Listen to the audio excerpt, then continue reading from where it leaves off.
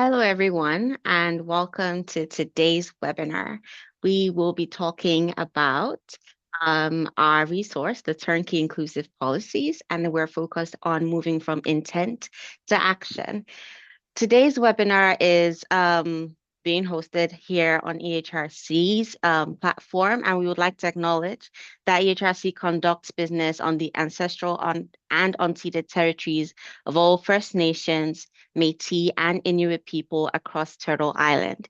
EHRC's head office is located on the traditional unceded territory of the Algonquin and Anishinaabe people, whose enduring presence and contributions we honor.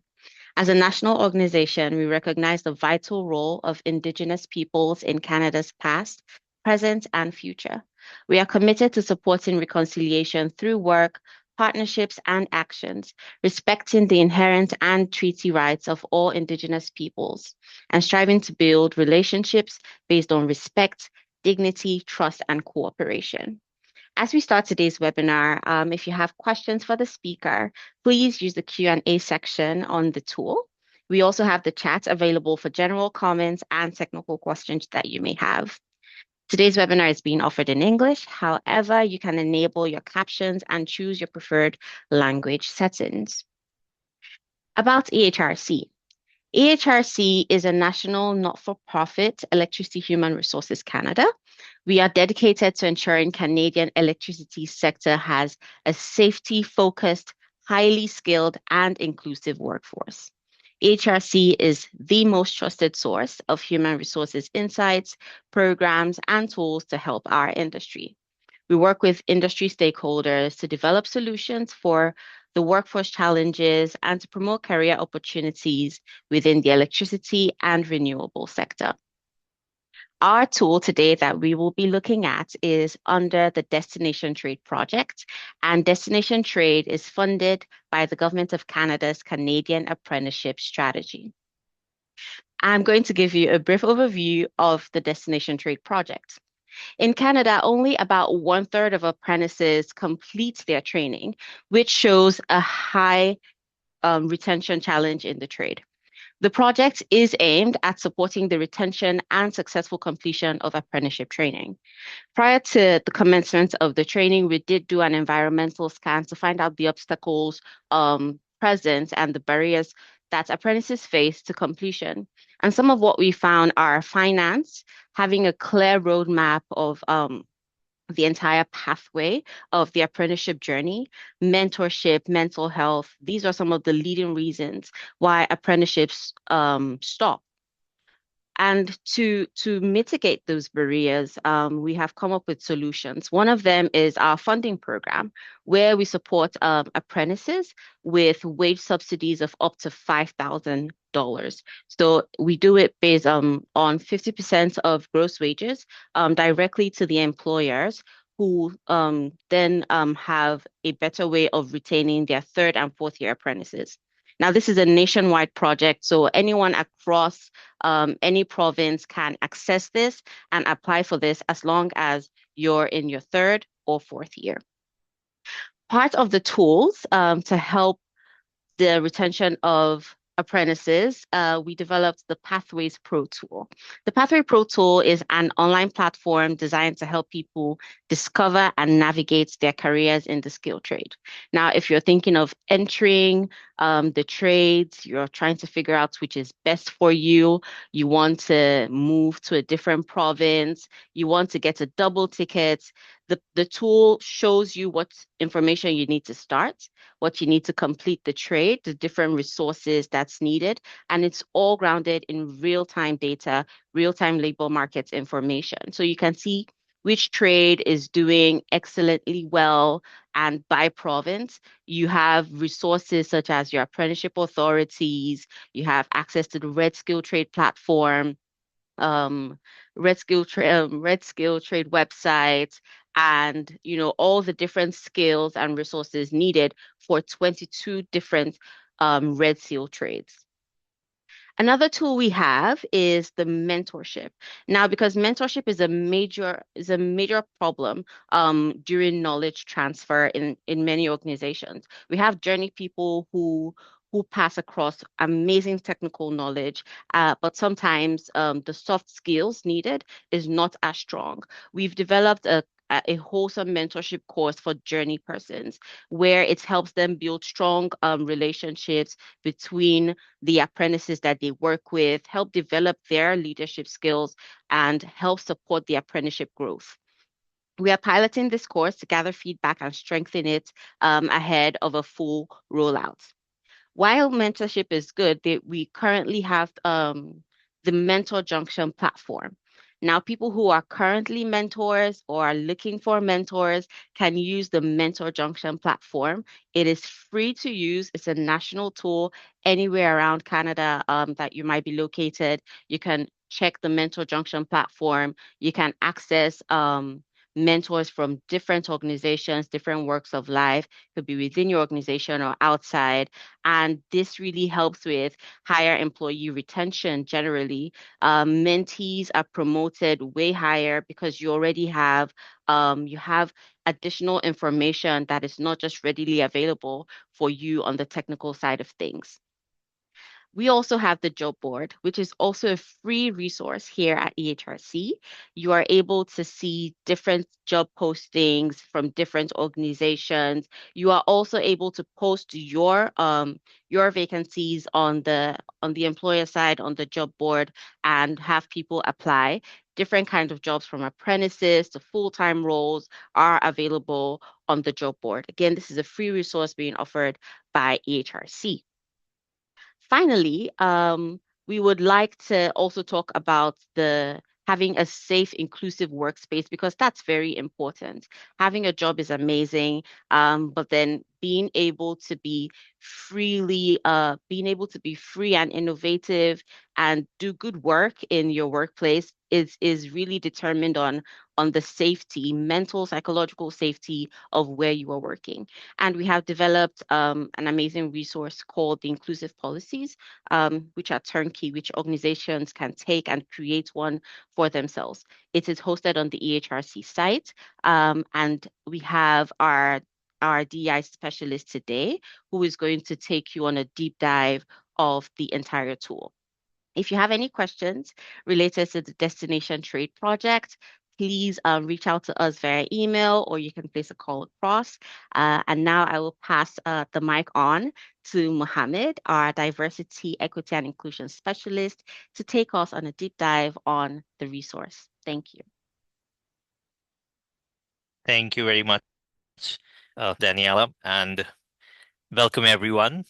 Thank you very much for being here today. And over the next few minutes, we are going to walk through this practical resource, as Daniela mentioned, developed by uh, Electricity Human Resources Canada, which is called Turnkey Policies for Inclusive, Equitable, and Accessible Workplaces. And whether you are an HR professional, a manager, a contractor, a business owner, or an employee, or somebody who's interested to know more about the electricity sector, or someone who cares deeply about making your workplace better for everyone. This toolkit is designed for you. And by the end of today, you'll have a clear picture of what this resource offers and how to navigate it. And most importantly, how to start using it in your organization. We'll leave a few minutes at the end for questions in the end. So let's get started. Uh, so why, what is this resource is something that, I was reflecting on earlier, that we live and work in this rapidly evolving society, and diversity, equity, inclusion, and accessibility and reconciliation are no longer nice to haves. They are essential to build organizations that can truly thrive. And here's the thing, the research backs this up. Diverse and inclusive organizations consistently outperform their peers in innovation and in creativity, in employee retention, and in customer satisfaction.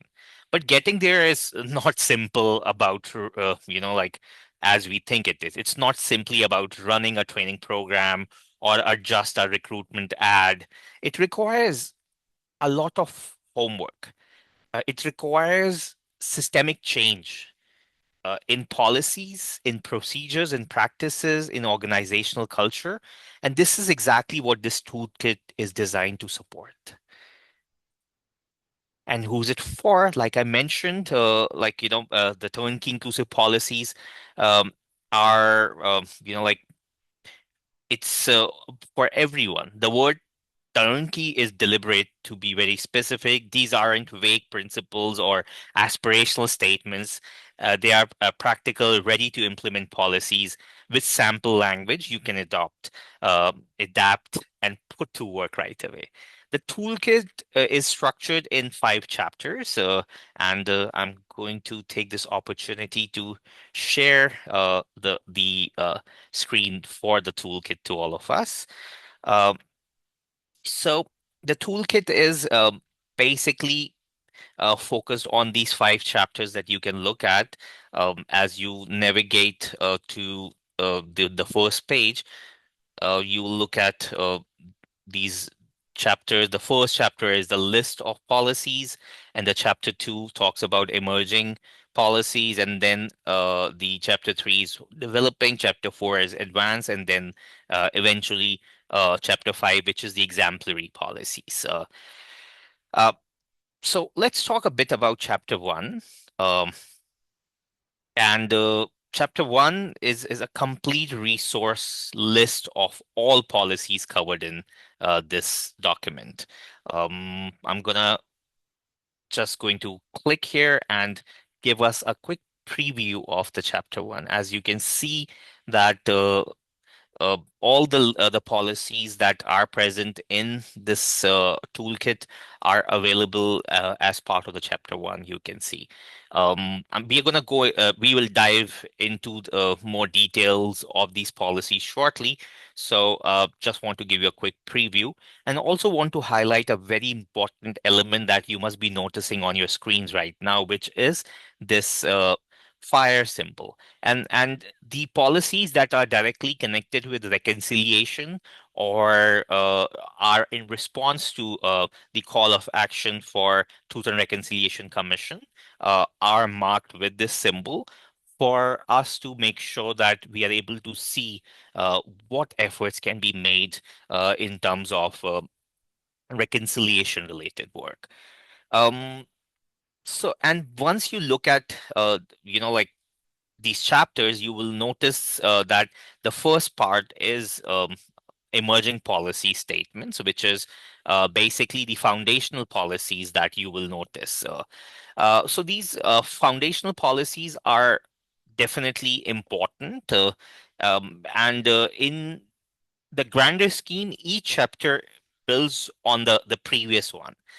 But we'll talk much more about what those levels mean in a moment. Uh, so the resource was basically developed for electricity sector, but the policy frameworks are highly transferable to any organization, large or small, private or public, non-profit. It is designated to be useful for employers and executives setting organizational directions, HR professional developing or updating policies, managers who need to understand and communicate policy commitments, DI leads and committee members looking for structured frameworks, and organizations at any stage of their diversity, equity, and inclusion journey. It is also worth noting this, as Daniela earlier mentioned, that this resource is a part of EHRC's Destination Trade Program. So it reflects both sector expertise and a national commitment to workforce inclusion. So now that we know what the resource is, let's talk more about how to actually use it.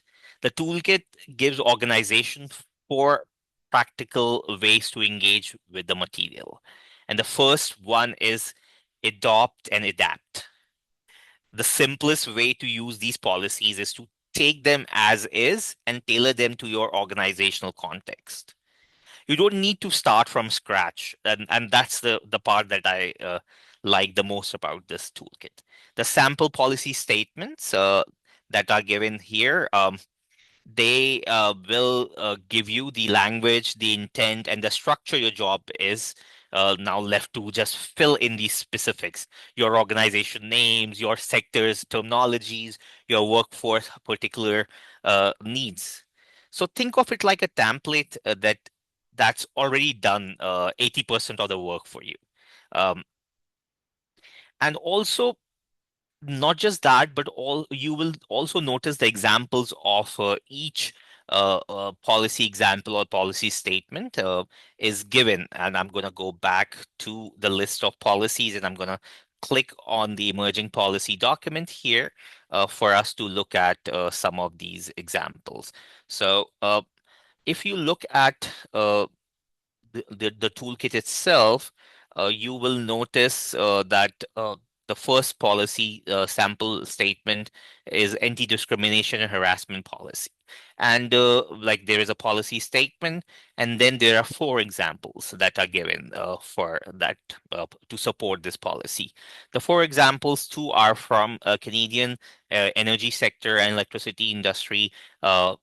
As you can see, Ontario Power Generation and BC Hydro's examples are there. And then we have also cited two international examples. One for this particular policy is from Denmark, another one is from United Kingdom. Um, so what to do, like once you have these policy templates in front of you, the next step is leveraging as compliance framework. So these policies are designed to align with local, provincial, and federal regulation relating to human rights and accessibility. If your organization is navigating the Accessible Canada Act, Provincial Human Rights Code, or employment equity requirement, this toolkit can serve as a framework to ensure your internal policies are reflecting those legal obligations. It won't replace legal advice for your specific situation, but it gives you a strong principled foundation to build from the scratch in most cases. And the third part of how you use this policy is use it as an educational tool. Policies are only effective if people understand them. And these sample statements can be used as a basis for training managers and employees, helping everyone understand not just what the rules are, but why the organization has made these commitments and also what their own rights and responsibilities are. You might use them in onboarding material, leadership development programs, or team level discussion about workplace culture. And finally, the benchmarking part, which is one of the most powerful feature of this toolkit. The four level of development gives you you and your organization a built-in roadmap. You can honestly assess whether uh, you are at the first level or at the fourth level. Where are you today? Identify where you want to go and use the resource to guide that journey over the time.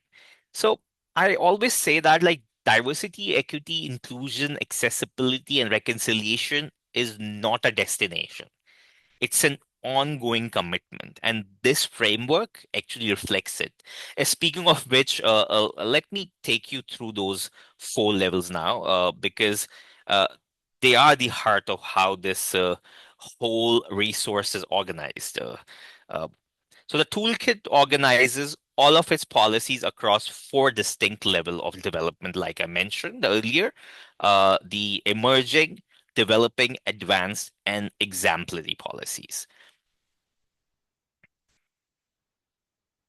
So let's go back very quickly for us to look at these four amazing sections of the policies, the emerging, developing, advanced, and exemplary policies. Um, what I also want us to understand is that they are not meant to be a judgment about how good your organization is. Uh, they are a roadmap. Uh, every organization has to start somewhere, and the goal is to progress over time. So let's walk through each level. Like I also want to be very clear that some of us may be feeling that we are at this level, So I would really encourage you to look at some of these elements and also like sit with that. Like even if you feel that, like we have not done enough, starting somewhere is more important at this stage. So at the emerging level, organizations laying the groundwork are, and like they are establishing the basic commitment that signals we take this fairness seriously here. And this is where you start building the foundation. Um, Setting a clear, respectful tone for your workplace and signaling that discrimination and harassment will not be tolerated. So, key policies at this level you will notice are like anti discrimination and harassment policy, equal employment opportunities policy, indigenous cultural awareness and sensitivity training. These foundational policies are essential. But I want to be honest, on their own, they often aren't enough to create lasting systemic change. They, of course, set the tone, but getting there requires further. Like, like you need to go further than that. And if your organization is at the emerging level right now, that's okay. That's where many organizations are. And the important thing is that you are here and you are building. And the next level is the developing level. At the developing level, organization builds upon their foundations.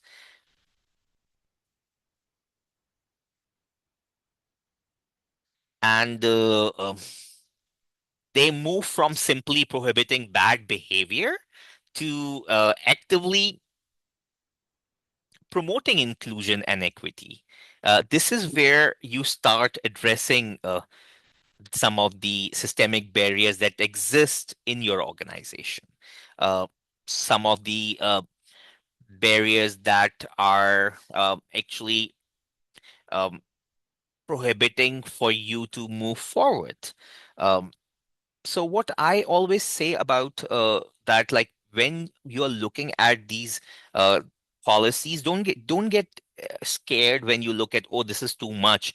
If you feel this is not for your organization at this stage, you can always move back to the previous level and look at where you can work on in terms of the emerging policies first, and then move to the next level of developing policies.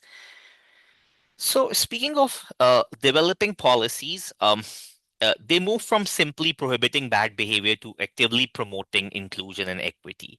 And this is where you start addressing the actual challenge, like that exists in your organization, in how you recruit, in how you retain talent, and how you support employees' well-being. Some of the key policies included in this level are inclusive recruitment and hiring policies, indigenous recruitment and retention policies, mental health and wellness policies. And I want to draw your attention to that mental health and wellness policy in particular. Uh, um, Inclusion is not just about race, gender, and other aspects of human identities. It's also about the whole person. A workforce that feels psychologically safe is a workforce that performs. And at this level, your organization is no longer just reacting to the problems. It's proactively designing systems that support people from, uh, uh, like suppose people before those problem actually arises and emerges. And this takes us to the level three, which is the advanced level. This is where the conversation deepens. Uh, and I want to emphasize on integration and accountability. At the advanced level, DEI is no longer a standalone program. It's woven into how the organization operates. That is a very important element, that it's actually very much woven into the fabric of the organization.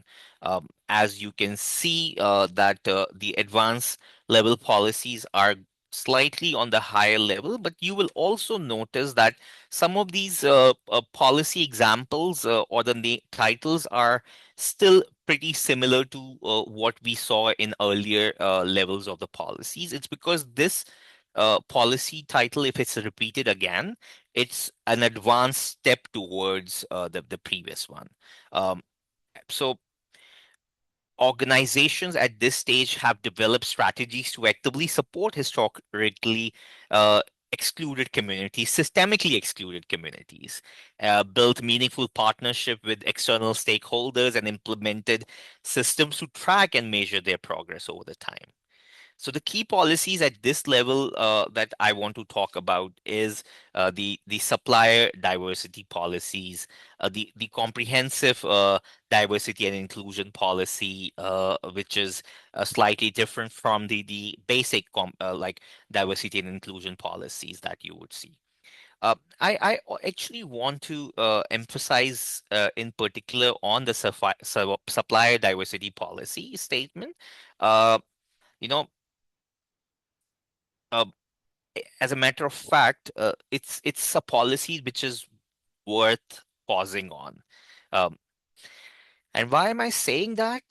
It's because at the advanced level, inclusion extends beyond your own walls and to how you spend your procurement dollars and who benefits from your organization's economic activities. And that critical shift at this level is accountability.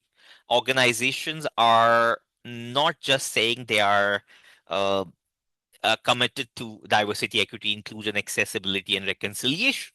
They're measuring it, they're monitoring it, and ensuring its sustainability. And last but not least, in terms of these levels, is level four, which is the exemplary policies. And let's take a look at the exemplary policies section. I'm gonna click on the link for us to look at some of the exemplary policies. And I want to take this opportunity to remind myself that, like we should be speaking with some aspiration here. This is actually the vision. It's not just a compliance goal anymore, uh, but it's actually a leadership opportunity. And then there is this exemplary level, best in class organizations that have fully embedded or that have achieved like the promising level in into their organizational DNA of diversity, equity, and inclusion. And these organizations are not just internally focused, they're leading by examples, advocating for change beyond their own four walls, and contributing to broader social transformation. Uh, Particularly around reconciliation and social justice, I would say. Uh, some of the key policies at this level that I want to highlight here is the comprehensive accessibility policy that you are seeing here, and also the comprehensive Indigenous Reconciliation Action Plan. Uh, I want to take this opportunity to talk about some of the examples that you are seeing at this stage. Unlike an earlier example that I showed you that had two Canadian and two international examples for reconciliation action plan, because it's very Canada specific. You are seeing all four examples that are Canadian. Um, and I'm very proud to talk about EHRC's very own reconciliation action plan that basically provides a multi-year reconciliation roadmap with clear pillars, action tables, timelines, and governance measures. And also, it's developed with Indigenous partners' support, and also, there is a regular performance reporting that is involved in it. Uh, just to give us a better feeler of how these policy document and this toolkit work, I'm going to click on this link just for us to see like where some of these links will take you. For this particular link, it is going to take you to the Electricity Human Resources Canada's Reconciliation Action Plan, our um, uh, very well developed document with the help of community partners. And I'm not going to dive any deeper into this particular document, but I just wanted to share like how some of these links are embedded and where these links will take you. So some of the other key policies, other than the Comprehensive Indigenous Reconciliation Action Plan, is the advocacy and leadership in reconciliation efforts. And also another policy that I want to talk about, the economic reconciliation policy, that is also part of this conversation. The presence of Indigenous reconciliation at the heart of exemplary level is very intentional and significant. Canada's history has had lasting, real impact on Indigenous communities, including in the workplace. And exemplary organizations don't just acknowledge that history, uh, they take responsibility for addressing it. Now, a question I often get is, do we have to reach the exemplary level? And the answer is not necessarily. The goal isn't perfection, the goal is progress. Even moving from emerging to developing creates meaningful, real world change for the people in your workplace. One thing that I sometimes tell myself is that, like Muhammad, it's good to be a dreamer, and sometimes these dreams become reality. And definitely, the pinnacle of the exemplary level is some of these uh, things that will take longer than your usual time to reach. But that does not mean that we should not start somewhere. And before I wrap up, I want to spend a few minutes on what I consider the most important principle in this entire resource, and that is community consultation. And I'm going to take a pause here to let this um, soak in, because it's important that we are looking at the community consultation piece, because if we are not focusing on the community consultation, what is happening is that, like, we are just looking at it from a very broader angle, and sometimes our uh, experiences or lack of experiences uh, will make it a little bit difficult for us to adapt to the right policies. There is a whole section on community consultation on our in this toolkit, which you can see. Like I said, that policies need that part. Like policies, even the best, well crafted, well intended policies are only as effective as the voices included in developing them. And that is why consultation matters. Like while this policy document, this toolkit gives you a valuable framework, it is essential to understand that these policies are only as effective as the voices that you have to include in their development and implementation. So this is one of the key principle is like community consultation.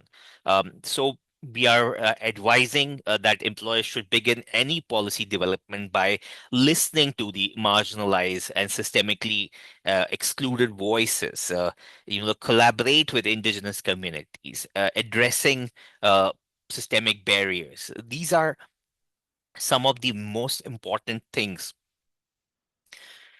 So now, creating truly equitable and inclusive policies, like I said, requires centering the people who have been most harmed by inequitable systemically and historically included communities, and in Canadian context, or North American context, to be very particular, Indigenous communities. So we all know that these groups have been marginalized by policies and practices, institutional discrimination for generations. And meaningful change cannot happen without listening to uh, and addressing their specific needs and concern. The toolkit calls on employers to begin any policy development process with that. Like, the listening exercise is very important. Listening to marginalized voices, engaging directly with racialized groups, towards LGBTQAI plus individuals, persons with disabilities, apparent and non-apparent, and indigenous communities to understand their lived experience. And I cannot emphasize more. the importance of collaborating with indigenous communities when implementing reconciliation related policies. It's important to involve elders, leaders, and knowledge keepers in meaningful consultation and recognizing indigenous people's sovereignty and right to self determination. Uh, and also recognizing the systemic barriers and addressing them is also another very important element of this. So working with affected communities to identify and remove the structural obstacles uh, that contributes to their exclusion, whether those are inaccessible spaces, discriminatory hiring practices, or inequitable treatment. Speaking of inequitable treatment, I want to also invite us to take a step back and recognize one very important thing. And that important thing is that, like, because of my privilege, sometimes I am not able to see or understand what inequitable treatment can look like. So if somebody is calling us out, I prefer the term calling in, because like if they are telling us that this is inequitable treatment, they actually trust us to make changes. Because speaking from my own lived experience, if somebody from equity deserving, systemically excluded community group is talking to you, they still believe that you can bring change. So consultation is not a checkbox exercise. And this is what I want to be clear about, because it matters. Consultation is not a box to tick. It's not a single survey, a one-time focus group, or a brief review of your policies by one or two community members. No. Genuine, true consultation is an ongoing process that requires transparency, humility, and a real willingness to learn and adapt, even when that means changing something you worked hard on. It means sometimes slowing down and recognizing that getting this right is more important than getting it done fast. The bottom line of this conversation is the Turnkey Policies Toolkit gives you the framework, but the communities you serve, particularly those who have been most marginalized, give you the direction. And only by centering their voices can we create policies that truly reflect the values of equity, inclusion, and social justice. And this resource is a starting point. Community consultation, active listening, reflective listening, and continual reflection are what turns that starting point into long lasting, meaningful change. So, where to start? You have heard that this tool, what this toolkit is, how it is organized, and why it matters. So let's talk about what to actually do when you talk out of here, when you walk out of here. Step one, find your starting point. So visit the toolkit. The link was already shared, and it will be shared again. And begin with the chapter one, the fully policy list that is given. Read through it with an honest eye, and also look at which of those policies your organization already have and which one are missing or outdated. And then based on what you find, uh, you are actually looking at your level. So like based on what you find, are you largely at emerging, developing, advanced, or exemplary level? Uh, Recognize that you are at the earlier level. Don't worry about being perfect in your assessment, to be honest. The goal is to know where you are so you can move forward with intention. I always say, like, don't start working on everything at the same time. Don't try to overhaul everything at once. Choose one or two policy areas that feel most relevant or most urgent for your organization, and use a sample policy statements for the appropriate chapter as your starting draft. And like I said, before any policy goes live, build in a consultation process. Who is your workforce or community should have input in it? Whose experience does this policy affect the most? Include them. And then revisit and build. Like I said, this work is not a one-time project. Uh, Build in a rhythm of review annually at minimum to assess what's working, what needs updating, and where you can push further along the four levels. That is really important for us to know that, like, if we just assume that, like, oh, we have done that and now everything is fine, that's where we are going to fall short.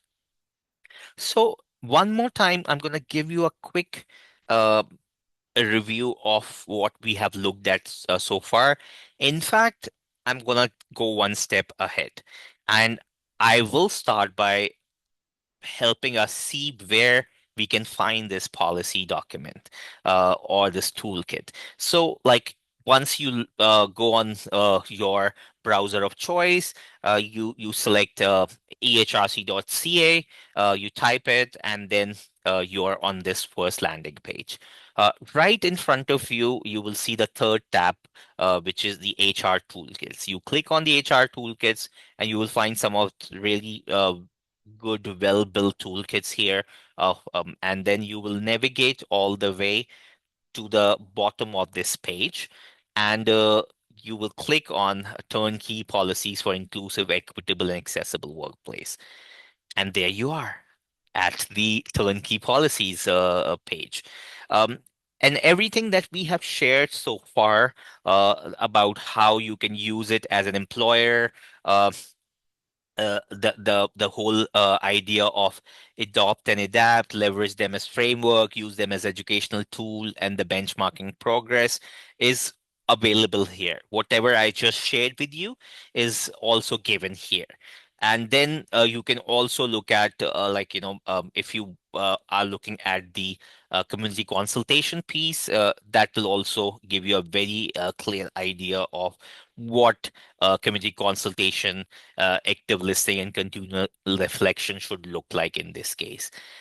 One more thing that I want us to look at in this particular document is that other than these four policies levels of emerging, developing, advanced, and exemplary, there is a glossary of resources that if you navigate all the way up, you will see. Uh, so like it's every term that is s- shared in this document is explained in simple words in this glossary of terms. So I would also encourage us to take a moment to look at some of these terminologies, because sometimes we know what uh, historically excluded groups mean, but uh, or we know the term, but we really don't know what actually is the in-depth understanding of that particular area.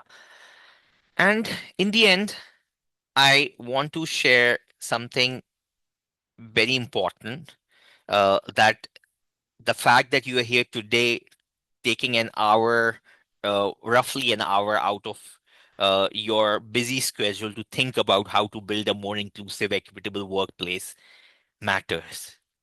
It signals that you take this work seriously. This toolkit exists to make that work a little easier. It won't do the work for you, but it will give you the language, the structure, and the roadmap to move forward with confidence. The resource is free and publicly available at ehrc.ca, uh, thanks to Government of Canada's funding. I encourage you to share it with your colleagues and use it as a living tool in your organization. Um, Thank you very much for your attention and your commitment to this work. I'd love to open it up now for questions if there are any. I also want to highlight that we also offer diversity, equity, and inclusion consultancy services. Please visit the link posted in chat to know more about those services. And while we'll go through some of the questions, I'm going to stop sharing my screen and we'll ask our chat moderator to share the um, feedback form link for us so that we can learn more what worked well for you, how we can do better in future with these webinars, and um, this is very important that you take some time in looking at some of these aspects and help us do better for you in future. And it's only going to take 3 minutes to complete. With this, I uh, once again thank you all for your time. Um, and if there are any questions, the floor is open. And if you think of questions later, please feel free to reach out to us through the generic emails that are available on our website, but also you can write directly to me at AHSAN, Asan, my last name, at ehrc.ca.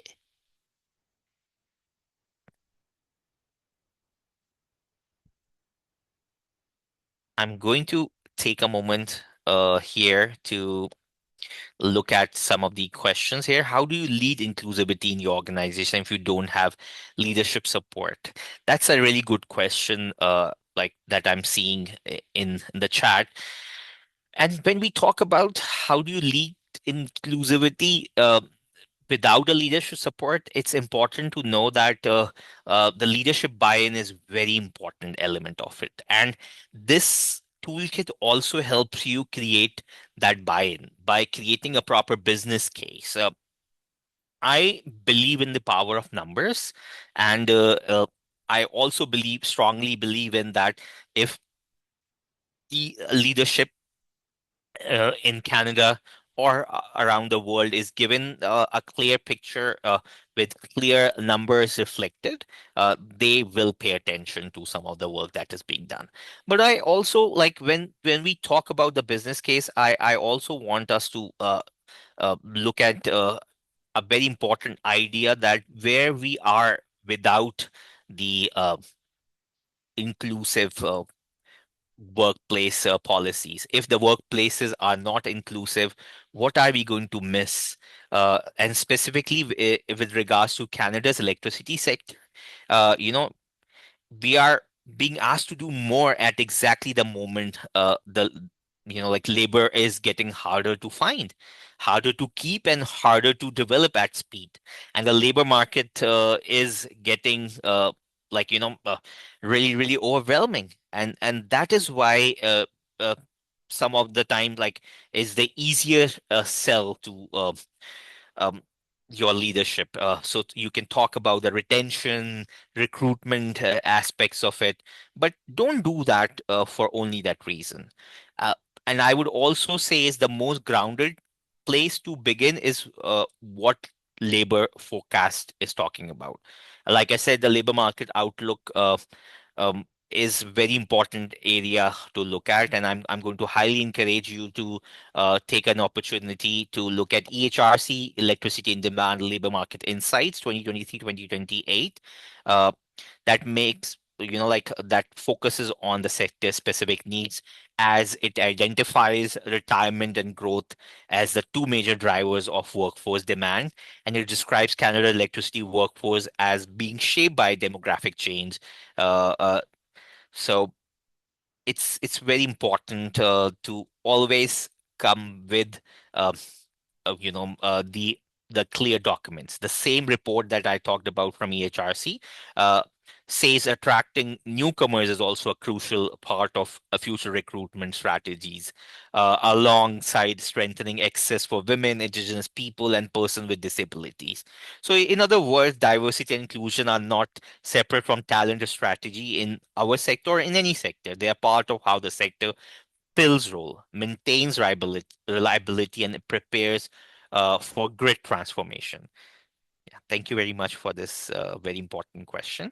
Um, and I am going to give us 1 more minute for any other questions if there are any.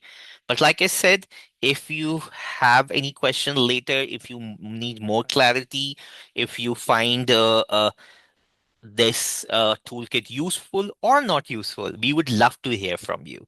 Uh, this is an ongoing process, even from our side of developing and doing this deep research. And transforming this toolkit, and also for you as a users. But we can only do better when we are working together.